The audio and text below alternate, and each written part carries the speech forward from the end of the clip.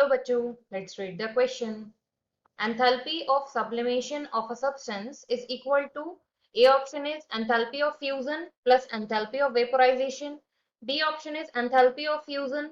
C option is enthalpy of vaporization and D option is twice the enthalpy of vaporization. इस question में हमारा की concept क्या कहता है कि हम यहाँ पर बात करेंगे आज एंथैल्पी ऑफ सब्लिमेशन के बारे में। अब देखो, अगर आपसे सब्लिमेशन की बात की जा रही है तो उसका मतलब क्या है कि कोई भी जो सॉलिड है वो बिना अपनी लिक्विड स्टेट में आए डायरेक्टली गैस में कन्वर्ट हो गया। इस प्रोसेस को हम लोग कहते हैं क्या? सब्लिमेशन।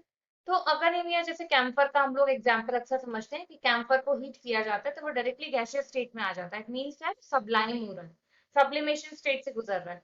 तो ये सॉलिड टू गैस में इस यहाँ स्टेट में कन्वर्ट होने का मतलब क्या है? क्या वो लिक्विड में चेंज नहीं होता? होता है, लेकिन हम नोटिस नहीं कर पाते। वो इतना फास्टेस्ट होता है कि डायरेक्टली वो सॉलिड टू गैस अपीयर होता हुआ हमको दिखने लगता है।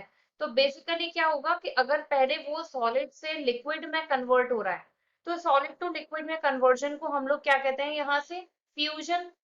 इसके बाद क्या हो रहा है कि वो कन्वर्ट हो रहा है आपका लिक्विड से डायरेक्टली गैस में। तो लिक्विड से गैस में कन्वर्जन या वेपर में कन्वर्जन को हम लोग क्या कहते हैं? वेपोराइजेशन। तो इन दो स्टेट से होने के बाद हमको डायरेक्टली यहाँ से क्या मिलता है? सॉलिड टू गैस मिलता है। तो अगर हम यहाँ पर बात करें कि अब जो सब्लिमेशन है या फिर हमारा जो एंथैल्पी ऑफ सब्लिमेशन है वो किस किस के सम के इक्वल हो जाएगा? तो ये आपका यहाँ से इक्वल हो जाएगा delta enthalpy of fusion plus delta enthalpy of vaporisation. It means यहाँ से अगर हम देखें तो ए ऑप्शन हमारा बिल्कुल करेक्ट हो जाता है, enthalpy of fusion and enthalpy of vaporisation. I hope you understood well. Thank you.